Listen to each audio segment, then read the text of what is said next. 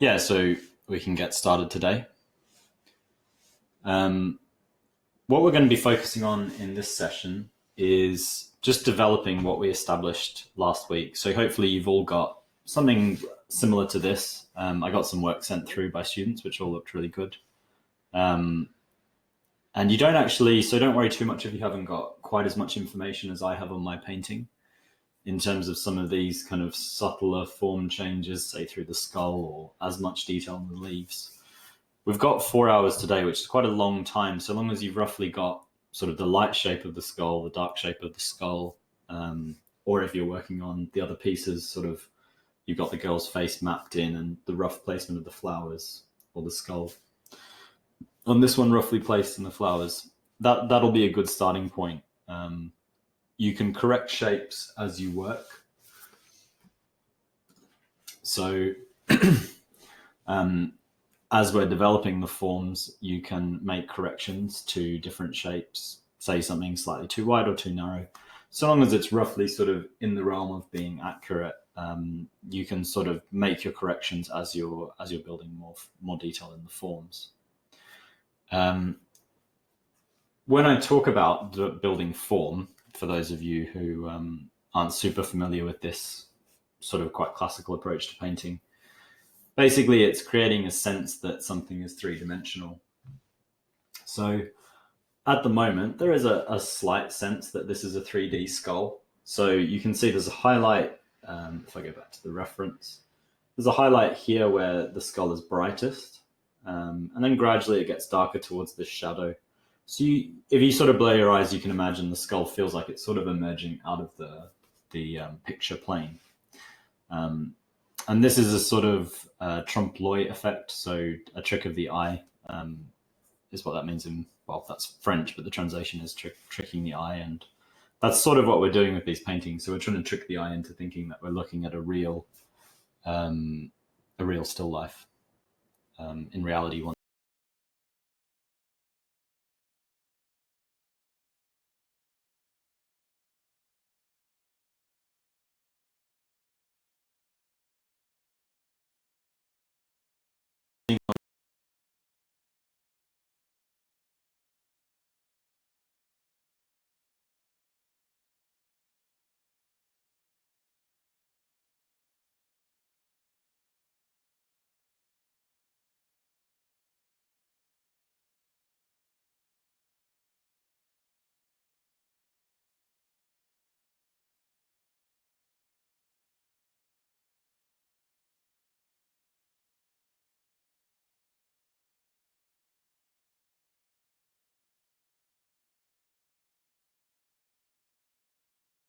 has the skull sitting in it.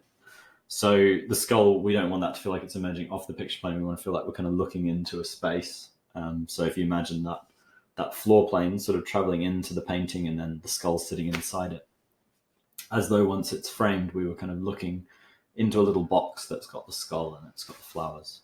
And that's the sort of principle of the illusion that we're working on. So yeah, that's our main concern. We're not worried so much about textures. So all of the pieces have like more complex textures. So this skull, for instance, if we zoom right in, there's some interesting textures running through, sort of cracks in the skull, some really subtle dimples and those sorts of things. We're not too concerned about those textures just yet.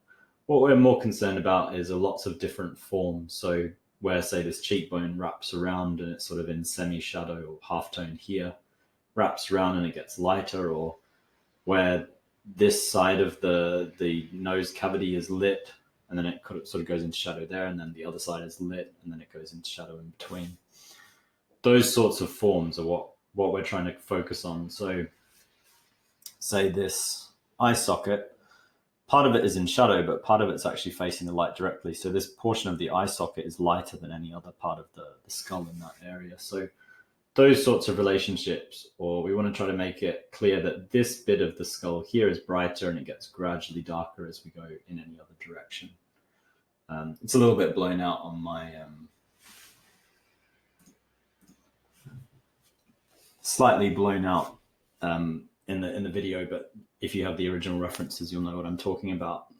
And the same goes for this one here. So we don't necessarily want all of the sort of folds of hair that run through, say, the face there. But we do want maybe these three major forms of hair we want to get blocked in. Next week will be where we start to add lots of specific details. So things like all the individual petals of the flowers, or all the little kind of pock marks or textures in this cast. Or in this one, for instance, we won't necessarily be too fussed about the detail of the squiggly fusing of the skull through these sections here, but we'd maybe have a suggestion of them, but primarily we're focusing on all the bigger undulations in the skull forms. But that should become clear as we work. And the same goes for the foliage or any of the flowers in any of the paintings. Not necessarily looking for the sort of final details, all the tiny little variations in the sort of variegated leaves. But we're going to try to get all of the leaves blocked in and sort of overlapping each other roughly accurately. And then on top of that, we can start to render all the little details next week, because we've still got eight hours left on this piece. So as long as you've got something roughly up to this stage, you're in a good position to carry on. So I'll stop talking now, and we'll get our equipment ready. So first thing is, we've got everything set up roughly the same way. So however you hold your palette, you prefer to hold your palette. You've got your painting up in front of you. Make sure your painting should be dry, but make sure it's sort of swept, or any dust you have is sort of swept off the surface. And the first thing we're going to do is string out our colors. So we're going to be using the same palette as last week. If you found you didn't really use any particular pigments for your mixtures last time, you can just leave them off your palette. There's no point putting them out unnecessarily. But try to remember what you actually use to mix different colors. So try to remember how you mixed your halftones, what you used for your shadows, what you used for your lighter portions of the light object, how you mixed your greens or your flower colors, and so on. Try to remember what you did there. I think I mentioned last week, it's good to keep a mental note or write down what you're actually using as mixtures through a painting, so that you can always go back to them easily. So that's my white paint out.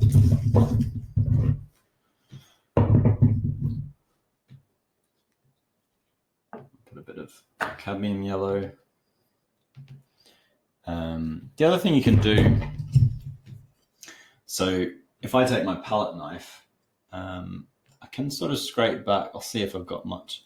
I do have a little bit of yellow ochre kind of sitting underneath the skin that formed on top. So you can scrape back paints. That's a week ago, actually. Oh, no, I may have done that. I think I did a landscape workshop in between, so it's probably more recent than a week. And then you can just sort of wipe off your palette knife, because you don't want to mix that yellow into anything else. And you could do the same thing for your burnt umber, so you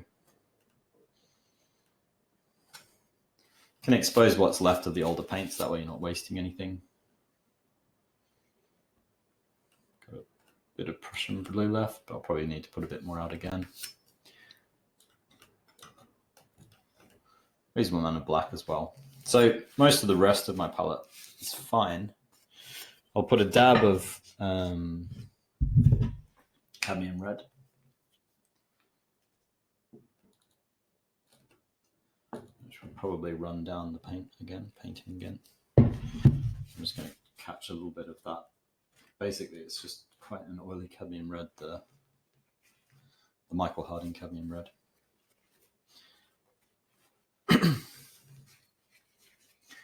As a side note, in true oils, sort of proper oil paints, different oil paints take different amounts of oil. So that's why you'll find sometimes certain pigments will come out a lot oilier than others out of the tube. And that's just because to get a sufficient bind, sometimes you need to add a lot of oil and sometimes very little.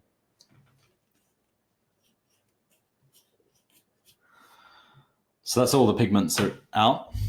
I'm going to pop out some medium.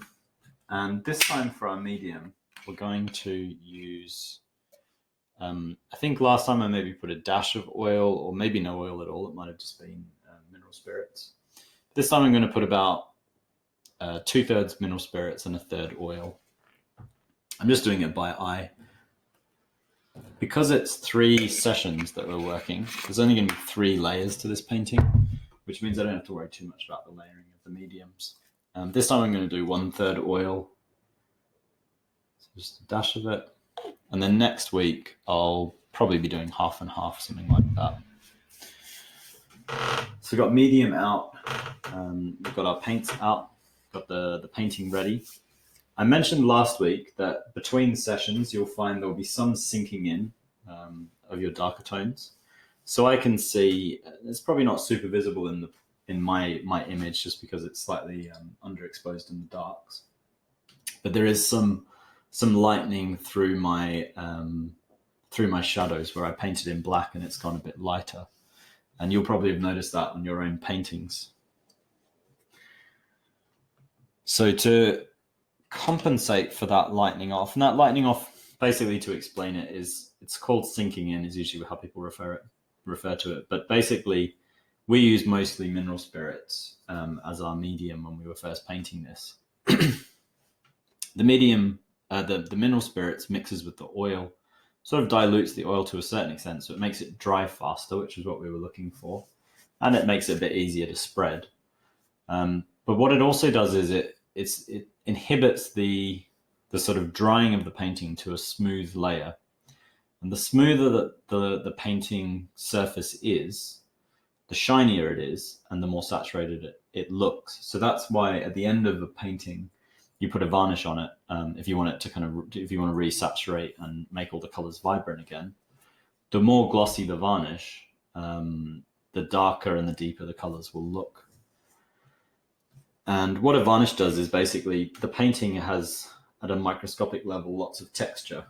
And that texture makes things look a bit duller, a bit lighter, because basically light's going in and bouncing around randomly, and sometimes it's bouncing back at us, sometimes it's not. And a varnish layer fills in all those gaps and makes a smooth surface all over the surface of the painting. It's the same thing that happens when you varnish wood. So, wood looks kind of a bit pale and sort of dull before you varnish it, and you put a varnish on wood and it suddenly brings out all the colors of the grain and so on. It's the same thing that happens with the painting. So that's what happens.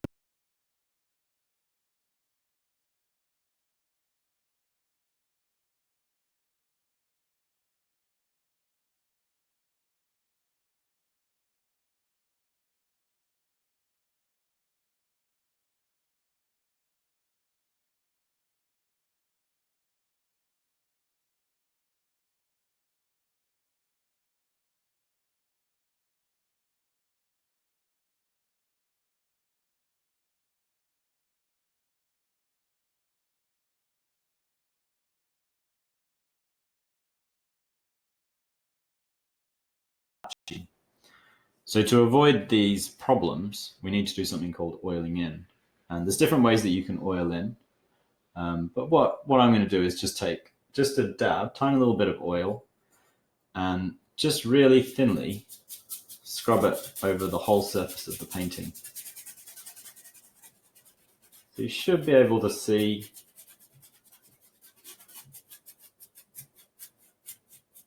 it's spreading. And I've either still got some wet paint possibly in my darks or in my brush, but don't worry about that.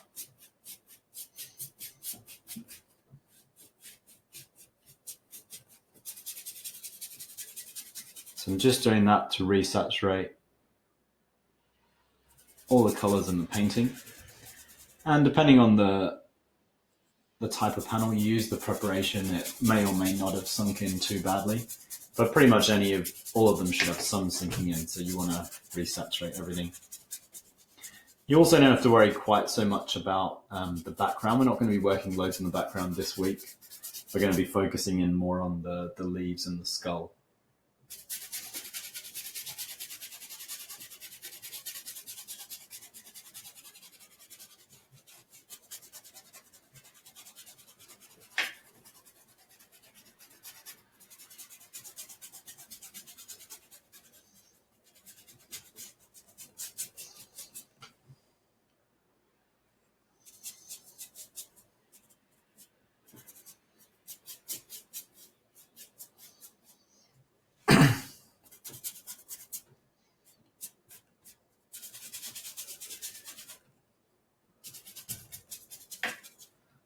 pretty much everything on mine that needs to be oiled in is oiled in.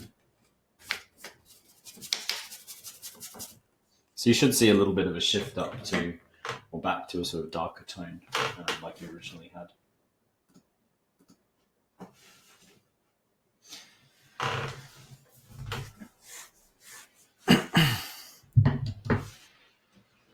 So I'll let you guys just catch up working on that.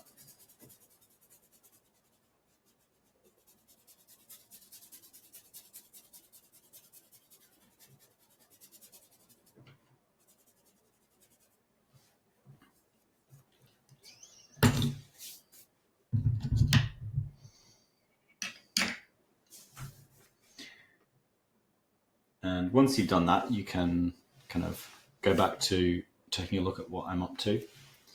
The first thing I want you to do is this sort of first session, let's say, because we're going to be working through till 4. This first session, we're going to focus on our white object.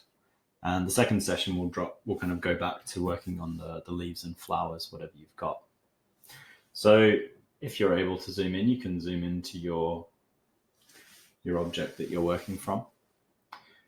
And depending on the way that you paint, you can start with pretty much any portion of it that you want to start rendering. But I tend towards working sort of the opposite direction of my hand. So if I'm holding a brush, my brush is going to be sort of pointing up in this direction because I'm right-handed, up towards the left. So I tend to kind of start top left and just work my way sort of down and across. I think I may have done this last week as well, and I certainly, if you've watched other workshops with me, that tends to be how I work. And that's just because it means as I kind of work down this way, I'm not resting on wet paint too much. I am going to introduce a bit later a marl stick, which I think was on the recommended list, and I'll just grab one just to show you quickly, in case you need it right from the beginning.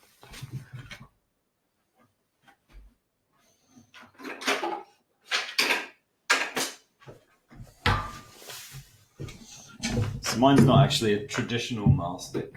It's a giant piece of down, which is just basically a really long piece of round hardwood that I use. But you can see the way I'll use it is I can prop it against the painting, and it ensures I don't ever actually touch my hand down onto the painting. I'm going to try to refrain from using it too much, because when I'm doing demonstrations, it does tend to get in the way a little bit from what you guys can see. But if you've got one, and pretty much anything works. Any like long object, you could use a stretcher bar. You could use a broomstick if you've got one, like a broom handle. Anything like that, any kind of long wooden object that you can just rest on the top of the canvas will work as a marl stick. But as I say, as much as possible, I'm going to refrain from trying to use one or refrain from using one, just so that you guys can see as much as possible of what I'm doing as I'm working. I'm also going to swap to primarily going to be using these smaller brushes from today onwards. If you like, you can carry on using the big ones, but you don't have to. So you can we're starting to work in more detail now, so you can start to use bigger brushes. I would recommend for at least the first sort of, probably mostly today, that you work with these sort of kind of small to medium sized brushes and not the really tiny ones that you'll have. So not these tiny little rounds, something kind of in between. So these ones are a good compromise. And I've got one round and one flat, which if you've got that same set as me, is in the set.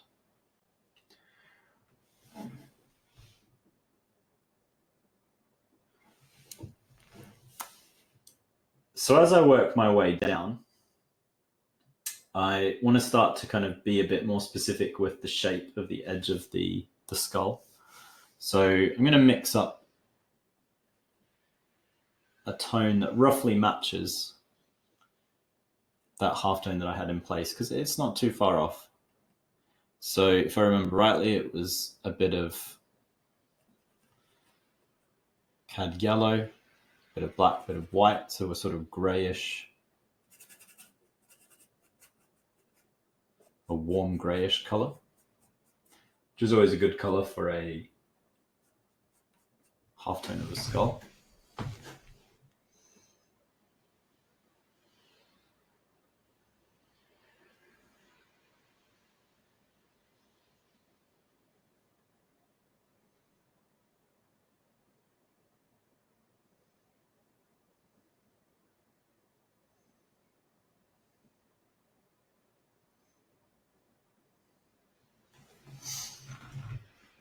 And then as it travels sort of nearer this this sort of little twig and the leaf, it gets slightly darker. So then all I need to do is just adding a tiny bit of burnt umber, maybe a tiny bit of black, darken that original tone a bit.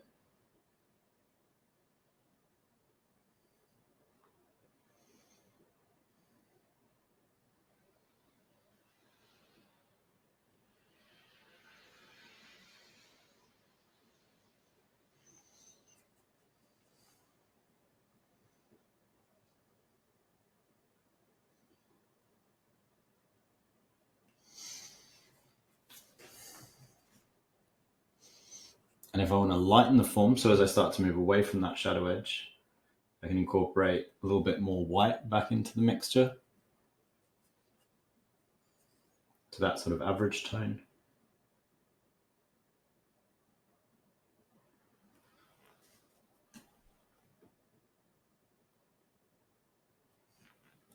What I'm starting to look for is sort of gradations from dark to light through the halftones.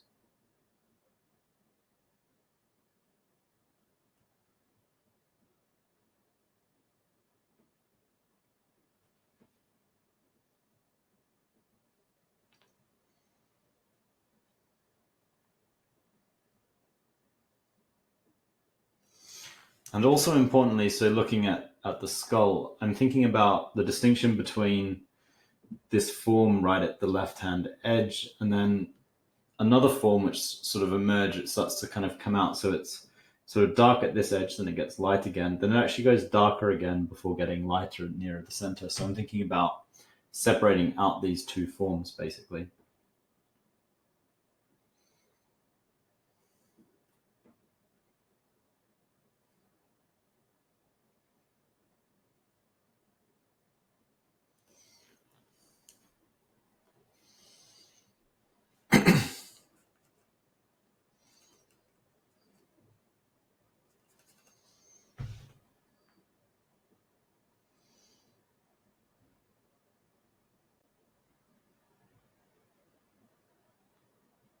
And again, I can work my way down. I'm starting to sort of even out, be a bit more specific with the shape here, just refining that simpler shape into something a bit more complex.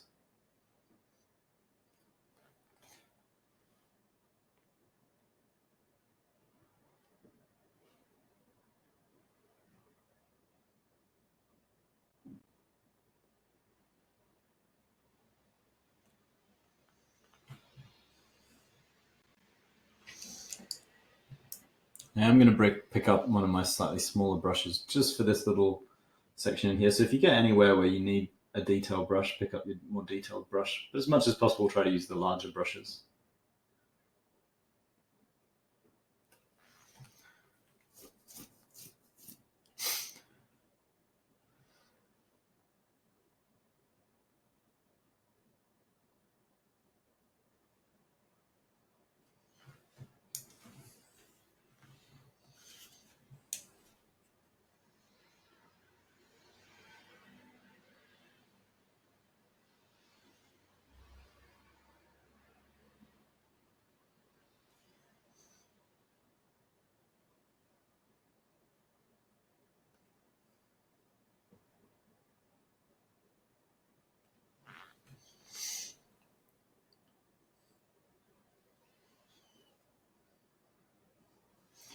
But I'm just working with this pretty simple little set of tones. So I'm only using a mixture of either burnt umber, yellow ochre, white, or black. When things need to go a bit kind of more yellow warm, I use the yellow ochre. When they need to go more burnt umber warm, I use burnt umber. If they need to go more of a cool color, then I incorporate more of the black and white. And that's the basic sort of structure of these tones.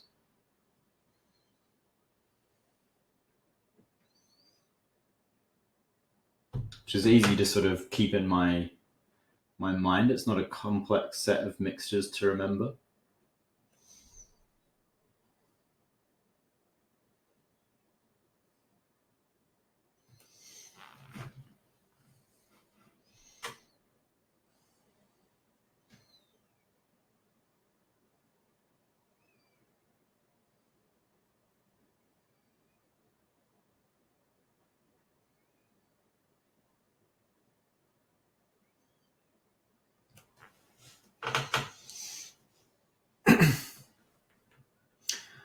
So something I've just done is I've gone curved a little bit too far to the left, just a tiny sort of shape mistake. So what I'm going to do is just pick up one of my spare brushes that doesn't have any paint on it. And it's a background color, so it's pretty much just pure black. So I can mix that up, take a tiny bit of medium. You'll notice I'm using less medium this week than last week. And that's just because the paint tends to flow a bit more easily once there's paint underneath it already. And I'm also painting a bit more thickly as well.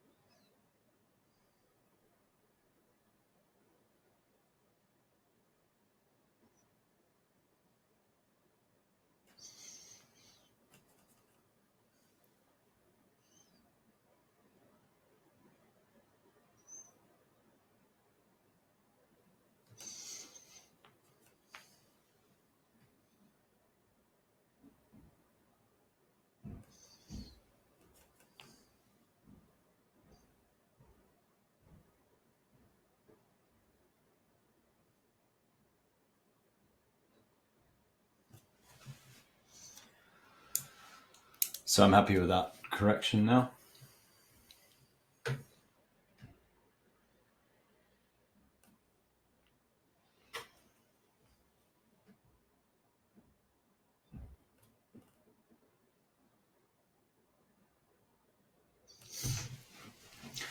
And I'm also going to zoom in now so you guys can see a bit more clearly this section of the painting.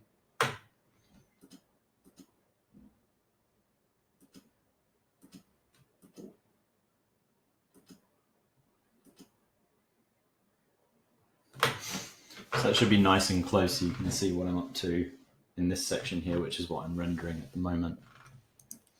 So you can see there's now starting to be more of a distinction between this form here and then the bulge of the cranium shape that comes out of the side of the back of the skull.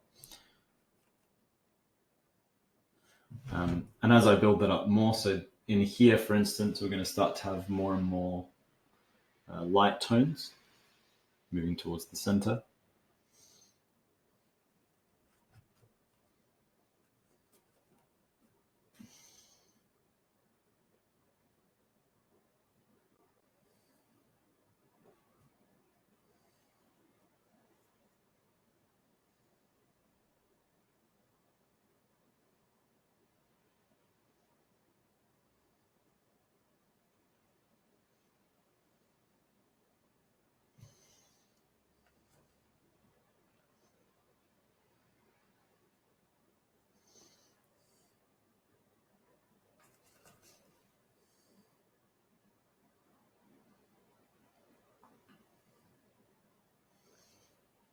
Adding a little bit more medium in now just to increase the flow of my paint. So the medium's there just to help the paint flow more when you need it.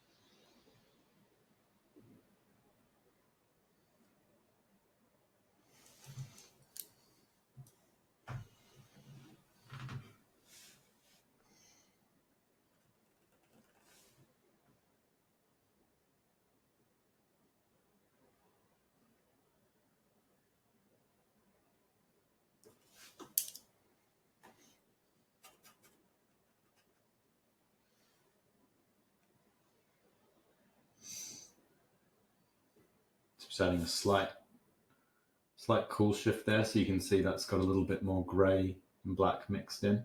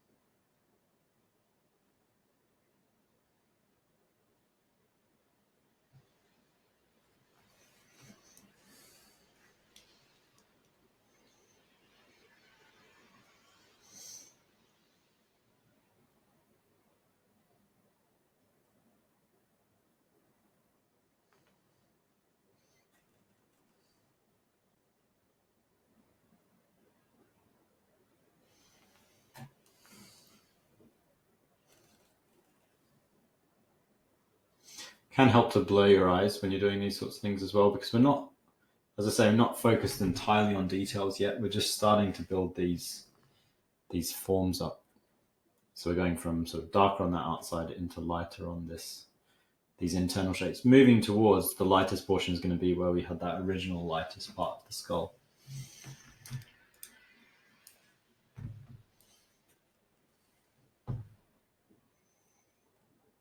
And then as I get up to the leaves, I can start to use sort of, if I'm altering colors, I can use those colors just to change the shape of the leaf.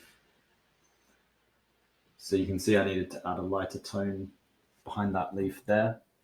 At the same time, I was able to change its shape just by cutting back into it with my brush. So that's how you can sort of add more detail or develop or alter forms, just as a sort of incidental thing as you're working through the rest of the painting. You're not going out of your way to change that leaf shape. You're just sort of working on it as you get to it.